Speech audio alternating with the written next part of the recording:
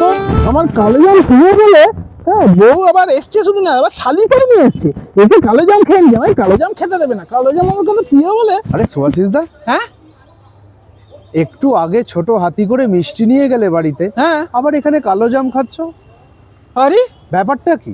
বাড়িতে গিয়ে দিকে একটা মিষ্টি নেই, বউ আর শালি, বউ তো বাপের বাড়ি গেছিল, শালিকে নিয়ে চলে এসেছে। ব্যাপারটা তাহলে কি? ব্যাপারটা দেখি কালো জামিনে প্রশান্ত দেশে গেছে, বন্ধু বলল শোন না, তোর বৌশালী এসে গেছে।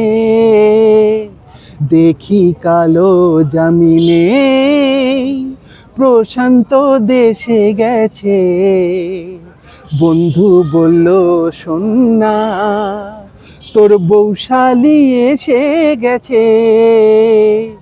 দেখি কালো জামিনে 10টা সন্দেশ ছিল রাবড়ির সাথে, 5 কিলো দই ছিল হাঁড়িটাতে।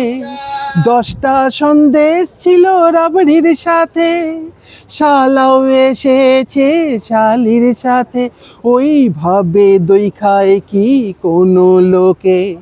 শালা দইয়ের হাঁড়ি চেটে গেছে, শালি আমায় দেখে শুধু ননস্টপ হেসে গেছে।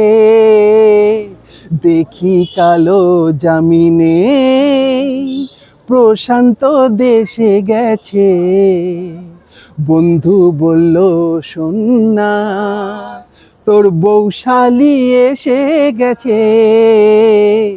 দেখি কালো জামিনে। কালো জাম খেতে দেবে না আমাকে, কালো জাম আমার কত ফেভারিট। আহ আহ আহ আহ আহ